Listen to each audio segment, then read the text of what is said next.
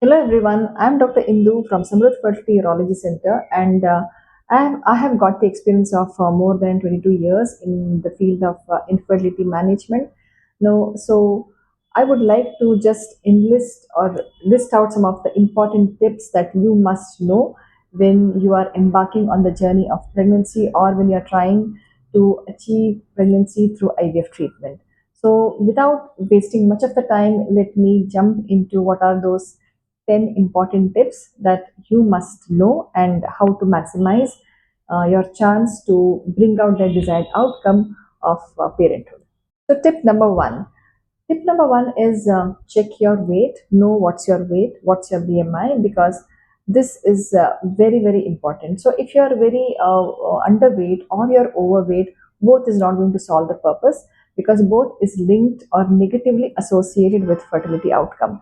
So, if you're someone who needs the correction on your weight, then you have to take help of the nutritionist or a diet coach and take that action of bringing your weight to normal level to the extent possible. Now, when I say weight, does it mean that you have to come to your ideal weight for your height? Need not be. Now, what the studies say that if one loses 5 to 10% of the overall weight, then you are actually maximizing your chances of fertility because there's a lot of improvement that happens at a hormonal level. If you were having hormone imbalance, that kind of certainly gets corrected, and this will have an impact on the quality of the egg and the quality of the sperm. So this is something I would say that is the first thing that one has to put attention to. So know your BMI and act on it. Tip number two is the right kind of diet or the balanced diet. I'm sure this term is very familiar to all of us, but then acting upon it is very, very important because right kind of diet, if you're already having that habit, if it is already in the muscle memory or in the autocorrect mode, then no matter what, you will never deviate from your right diet that you are consuming on a daily basis. If this is altered or this is not right, then definitely this is something very, very essential when you are embarking on the journey of pregnancy, wanting to try for achieving a pregnancy. So when I say right kind of a diet, your plate when you are having, you shouldn't be having your to your stomach full. You should have at least 70 to 80% of your stomach capacity. Now, in that, what you are supposed to do is 40% should be carbohydrate rich, sorry, fiber rich carbohydrate that you are supposed to have, which consists of various vegetables and cereals. When it comes to protein, 25% of it should be protein. It can be lean protein, it can be whole grains. You can have curds, paneer, milk. If you are someone who's asked to avoid fat, then you can have skimmed milk and all those things. When it comes to oil or fat, 10% of your total amount of food that you are eating should be coming from healthy fat. Now, when I say healthy fat, it is generally ghee, or if you are a non-vegetarian, then you can also go for fish, which contains good omega-3 fatty acid, which is really rich in antioxidants. If you are not, if you are a vegetarian, then do consume a supplement which contains omega-3 fatty acid or a cod liver oil. So this is, and then yes, vegetables. I told fruits is something which is again very, very essential, and fruit also contains all the vitamins, micronutrients, and antioxidants. So these are some of the things that you have to take care of. So one thing that I want you to remember is when it comes to consuming fruits or vegetables or dry fruits and all, you have to take what is easily available, yeah, in our locality, and it should be something that is seasonal. You need not go for very exotic kind of vegetables or exotic kind of fruits because they will come with a lot of preservatives, so that we must avoid. So make sure that you are having this proportion of 40% carbohydrate, 25% of your proteins, then 25% of your fruits and vegetables, and then another 10% which consists of fat. So this is kind of your balanced diet. Tip number three is being active. When I say being active, it is actually I'm hinting towards being having the exercise in your routine, which is very, very essential. It is not about if you're thin, then you don't need exercise. Whether you're thin or on the heavier side, exercise should be part of your routine. Now, doing too less or having a sedentary lifestyle or doing excessive exercise, both extremes are actually not favorable when it comes to your fertility and also for your overall health. So, doing exercise in moderation is extremely essential to keep your system in good condition. If you are not doing any activity or any exercise, that results into weight gain and it is going to bring in hormone imbalance. If you are having excessive exercise in your routine, you work out a lot strenuously, then this is also going to negatively impact, because excessive exercise again impacts your brain hormones, your reproductive hormones which arise from the brain, and then that brings in irregularity in your hormone. And this is applicable not only for women but also for men. What one sees is that excessive exercise in men, it gets expressed in the form of cycles getting menstrual cycles or period getting irregular. In men, those who exercise excessively, then you may not realize, you may be building muscles and all, you may be building it packed abdomen and all, but then your sperm count might go down with excessive exercise. So exercise in moderation is beneficial for female fertility as well as male fertility, because right amount of exercise in men, it has found that the testosterone level, the main male hormone levels are in good levels, and also the quality of the sperm is better in this category of men. So see to it that you are exercising regularly in moderation on daily basis. So coming to the tip number 4, that is something which is commonly seen in our day-to-day life, is people or persons who are on the heavier side, that is they're really obese, their BMI is very high. When I say BMI, what is BMI? It is nothing but it is calculated by dividing the weight by your height in meters. Weight is in kg and height is in meter square. So when you do this calculation, if your BMI number comes as 30 and above, then this category of men or women will be called as obese people. If your BMI is coming more than 35, then you are really morbidly obese.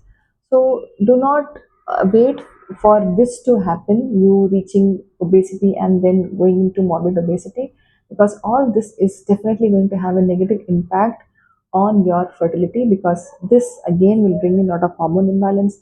This will bring in women, especially, it will bring about menstrual irregularity, which will again have an impact on your regular cycles. This will not only affect your natural way of conception, but will also impact the treatment if you take, whether it is simple treatment or IVF treatment. Suppose you conceive, then for women with a very heavy weight, then this is going to have an effect also for the event that you are going to go through. You may have BP, you may have sugars, which is going to have an impact on the pregnancy phase or stage that you will go through. So if you want to make all this smooth, then taking action on this is very important. So when patient comes to me with a very heavy weight, then I really strongly discourage them to take any fertility treatment. I insist that they lose weight, definitely to begin with 5 to 10%. But what happens in the process?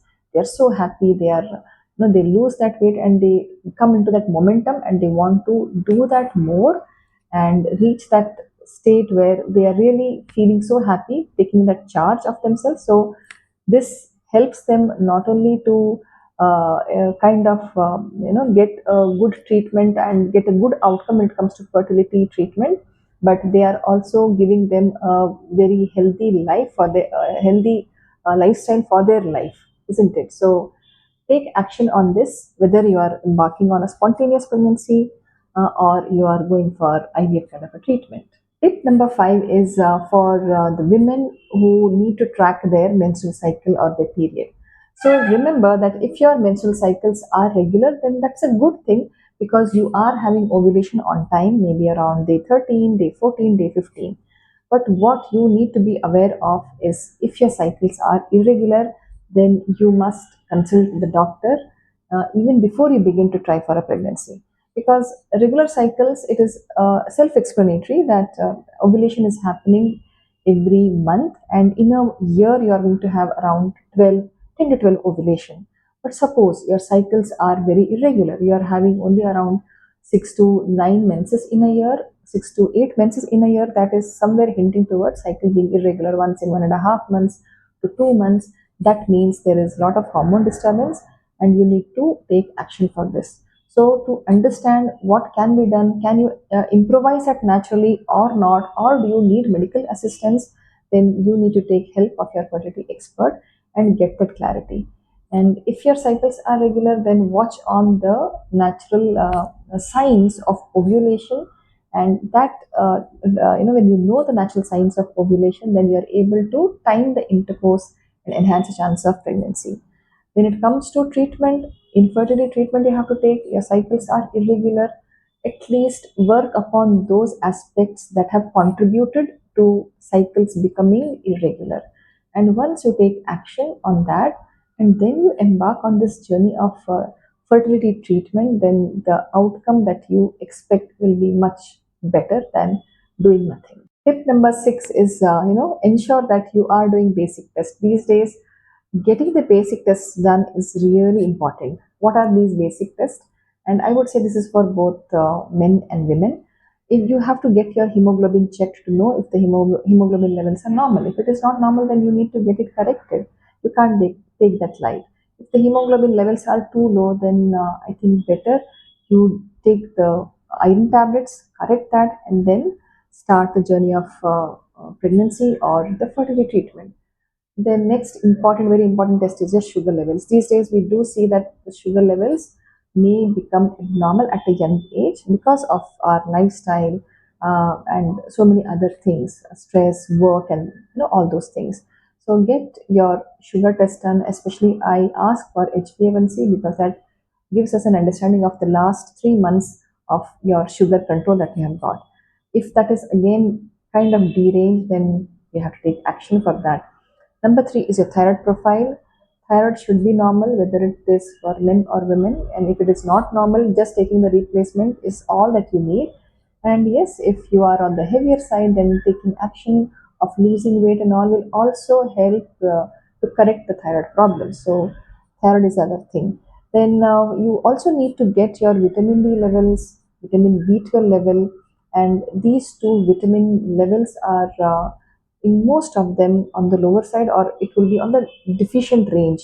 So if it is so, though it is not proven that it directly impacts the fertility, but then it may have a certain impact on your fertility, on the quality of the egg, on your hormonal balance. So if your vitamin D levels and vitamin B12 levels are on the lower side, then ensure that you take replacement for this, and this is a very simple treatment that you have to go for it. Tip number 7 is, suppose you are, you have started to think that you have to go for pregnancy. Then the gentleman, the husband, thinks that he's having issues with erection. Then here you need not wait, think, and take action by yourself. So if a month, 2 or 3 months, you have been noticing that there are erection issues, you're not able to have that right erection, you're not able to ejaculate inside the vaginal cavity, then this is a problem. And most of the time, what I see is that couples don't come and seek that right guidance at the earliest, and they keep delaying it, and they come at a very later stage. So do not do that. Ensure that if you are having this challenge, then go to the fertility expert as early as possible. Get that clarity, because most of the time it is more to do with some kind of a psychological correction, which may be helped by the doctor, or if required by the counselor. So take that help. Likewise, for the woman also, if she is someone who is not actually allowing intercourse, she is having fear, she is not able to cooperate for the process of having the sexual intercourse, then it is essential that again you do not need to have that embarrassment within you. You have to confide in the doctor, express what you're going through, and get that clarity as to how you can be helped to achieve the pregnancy. Because sometimes it is, the problem is pushed to such an extent that they come so late, and sometimes they feel that they have lost the time. And this can happen not at a young age, but even Women who are at 34, 35, they keep pushing it and they're losing out on their time. Don't let that happen. So remember to see the doctor at the earliest if you're having this issue, because even this issue I'm seeing that it is rising, and so taking action at the earliest is really important. So the tip number 8 is consumption of tea, coffee, and alcohol. Now, I can't compare tea, coffee to alcohol, but yes, if you are consuming excessive amount of tea, like in a day, 7 times, 8 times, 10 times, coffee also goes with a number of times, and this is definitely not beneficial because it is going to impair the health of the egg and the sperm that is going to get produced. So, limiting the intake to once or twice small cup a day is going to be beneficial and not harmful. So you can do that gradually. If you're someone who is consuming a lot, then suppose let's say 6 to 7 cups in a day, then in a week you make it 4 times a day, then next week you make it 3 times a day, and then gradually come to two times a day. You have to wean it off, okay, gradually. If you want to stop it suddenly, then you will get withdrawal symptoms and you'll not be able to let go that. So likewise for alcohol also, if you're not consuming at all, that's definitely good. But if you are consuming to the extent that you take a lot of say 5 to 6 drinks in a go in 2 hours, then that is not good. It is going to be negatively impacting the egg health as well as the sperm health. When it comes to consuming say 14 drinks in a week, again that is categorized as drinking heavily. So you have to reduce that gradually and bring it to moderation, or it should be dropped to social drinking, because all this is again linked with the health of the sperm and egg, and the egg and the sperm health, if it is impacted, then you can understand that it is going to impact the quality of the embryo that gets formed, or you may not be able to conceive at all. So take action on this, very important. So just by bringing this into moderation, you are actually greatly or hugely enhancing your chances of achieving a pregnancy.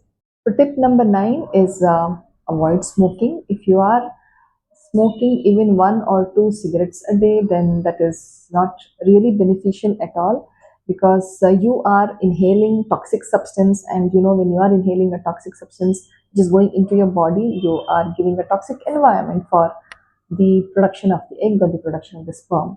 So that is something that has to be completely stopped, because that is again negatively linked with achieving a pregnancy. And if you achieve a pregnancy and if you are continuing with the pregnancy, then it has a lot of other complications that a woman might have to face during the 9 months period.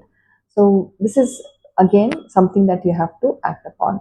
And this particular habit is seen that it is on the rise. So if you are someone who is having this particular habit, then definitely stopping it completely will be a very good stand from your end to enhance or boost your fertility. Last but not the least, the 10th tip is stress or and sleep. So these days, yes, we are coming across a lot of work pressure, deadlines. You have a timeline that you have to finish your workload in this particular hours. So somewhere there is a lot of stress that is coming up in our life, but then it has to be tackled in a very smooth manner, and you have to really time your day, your routine in such a manner that you're able to execute everything as smooth as possible. Because if you are taking unwanted stress or excessive stress, then you need to know if you can, if it is really too much, then this is definitely going to affect the hormones. It will lead to hormone imbalance. It will impact the fertility. When you are under a lot of stress, then again it will impact the natural way of trying to achieve a pregnancy. And I do come across couples who are not having that time to try naturally, and they want to resort to assisted treatment. So tackling that by yoga, meditation, pranayama, it's just about how you take out time for yourself. That 15 to 20 minutes to 30 minutes in a day for yourself will really do wonders. So same applies with sleep. If you are someone who is not sleeping enough, that means you are not giving enough rest to your body. So actually in sleep, the body is rejuvenating. It is relaxing. It is healing. So less of sleep will definitely have a impact on the overall fertility and on your overall fertility. So very, very important that minimum, if your sleep requirement is 6 hours, then you should have a sound sleep of 6 hours. The maximum of 8 hours. Some may need 9 hours. So ensure that you are getting enough sleep. So any kind of stress, whether it is sleep deprivation or you are because of the work pressure, the stress that you are going to come across will release a lot of steroids, and steroids have a very negative impact on many systems of the body. I don't want to go into that detail, but then just taking action. If you have understood, take that action, and the the relief work or the correction will start to happen on its own. So this was about the tip number 10. I'm sure all this tip, I have just subtly told you about all the important tips that you must take note of and take action accordingly. Uh, do remember one thing, that if you are someone who is trying for pregnancy very regularly without, when I say regularly, once you're having intercourse 2 or 3 times in a week, and you are doing this for entire 1 year minimum, and if you're still not able to conceive, then yes, that's the time when you have to consult a fertility expert. Or if you have been in the age bracket of 35, 34, 35, you have tried for 6 months like this and you have not achieved the outcome that you were looking for, then you are someone who need to go to the doctor immediately. Or other things I have already listed in my these tips when you should consult the doctor. You need not wait for that one long year, but yes, if you have one of the issues which I just listed, you can, if you have that, if you are somebody who is going through that, then you have to consult the fertility expert at the earliest to understand or to get guided how you should move forward in the journey of achieving the parenthood. So I hope these tips that I have given helps you, and if you feel that you should share this with someone who needs it, then just go ahead and do it, and subscribe for more such content which I'll be coming up with. And yes, thank you for watching, and see you soon. Bye.